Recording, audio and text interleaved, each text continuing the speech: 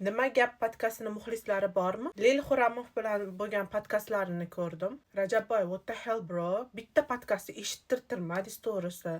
Boshqa shaharga ketayotgandim, rolda edim. Nimadir o'rganamanmi deb shu podkastlarini qo'ydim. Bittasidan unutmanglar, sizlarni podkastlaringiz faqat kallasi kichkinalar ko'rmaydi, saviyasi pastlar ko'rmaydi. Nimadir o'rganamanmi, nimadir yangilik bo'ladimi degan maqsadda o'sha podkastni qo'ydim. Birinchi minutdan boshlab 54-minutgacha, chunki o'sha charchab ketganimdan minutiga qaradim.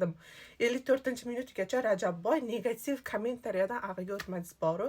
Keyin o'sha paytda Ozod bitta yaxshi gapni gapirdi. Negativ kommentariyalar haqida gap ketayotganda aytdiki, nimaga odam negativ kommentariya yozadi bitta insonga?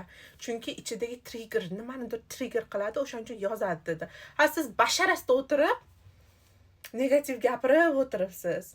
Yo, menga farqi yo'q, xohlasangiz negativ gapiring, boshqa narsa qiling, lekin meni vaqtimni olganingizga asabim buzildi. Keyin bro, soch qadriyatga kirmaydi. Agar qadriyat haqida gapirib video qilgisi kelsa, iltimos, xotinini urib ko'chaga olib chiqib qo'yadiganlarni olib kelib o'tkazib, o'shalar bilan qadriyat haqida gaplashing yoki keliniga kun bermasdan olib kelgan narsasiga latta osib, kelinidan ayb qidiradiganlarni olib kelib, o'sha opalar, xolalarni qadriyat haqida gaplashing. Bu soch odamning o'zini cho'yisi. Shaxsiy ishi. Bilamiz sizlarni tayyorgarlik ko'rmasdan o'tirishlaringni. Chunki nima gap kecha chiqmadi-ku. Bunaqa negativ aurani birinchi marta ko'rdim. Qaytarib beringlar vaqtimni.